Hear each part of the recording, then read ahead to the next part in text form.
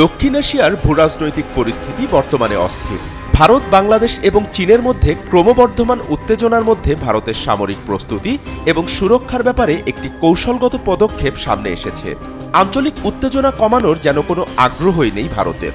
উল্টো নিজ দেশের প্রচার করা গুজব আর প্রচারণার ভয়েই একাকার অবস্থা নরেন্দ্র মোদীর দেশটির।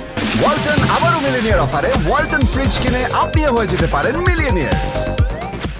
বাংলাদেশ সীমান্তের চিকেন স্নেককে দুর্গে পরিণত করতে এবার অঞ্চলটিতে সর্বাধুনিক আকাশ প্রতিরক্ষা মোতায়েন করেছে ভারত। সম্প্রতি ভারতের সামরিক বাহিনী তাদের যুদ্ধকালীন প্রস্তুতির অংশ হিসেবে পশ্চিমবঙ্গে তিস্তা নদীর অববাহিকায় তিস্তা ফিল্ড ফায়ারিং রেঞ্জে সম্প্রতি একটি পূর্ণাঙ্গ সামরিক মহড়া সম্পন্ন করেছে, যার নাম করা হয়েছিল তিস্তা প্রহার।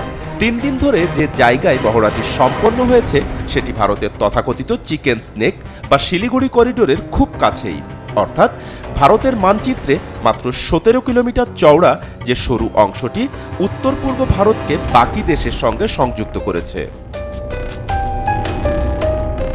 সেনাবাহিনীর পক্ষ থেকে তিস্তা প্রহারের যেসব ভিডিও ও ছবি প্রকাশ করা হয়েছে তাতে এই মহড়ার artillery tank, helicopter, surface to air missile ও অত্যাধুনিক ড্রোন ব্যবহার করা হয়েছে বলে দেখা যাচ্ছে। প্রশ্ন দেখা দিয়েছে, এই মহড়া কি রুটিন এক্সারসাইজ?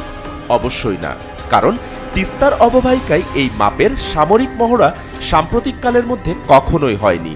বরং এই সামরিক মহড়ার মধ্য দিয়ে ওই অঞ্চলের প্রতিবেশী দেশগুলোকে ভারত একটা বার্তা দিতে চেয়েছে। আমরা যখন নির্বাচনের সময়সীমা আর প্রতিরক্ষা বাহিনীর অধ্যত্ব নিয়ে আলাপে ব্যস্ত, সেই সময় ভারত বাংলাদেশের উত্তরের স্পর্শকাতর চিকেন নেকের মধ্যেই তিস্তা প্রহার নামে সামরিক মহড়া শেষ করেছে। মহড়ার নামেই পরিষ্কার হচ্ছে যে বাংলাদেশকে ভারত সতর্ক করে দিচ্ছে। বিশ্লেষকরা মনে করছেন, যমুনা ঘেরাও করে দেশের সার্বভৌমত্ব রক্ষা করা যাবে না, বরং এই পরিস্থিতিতে প্রয়োজন জাতীয় ঐক্য। বাপ্পি খান, SA টিভি ডিজিটাল।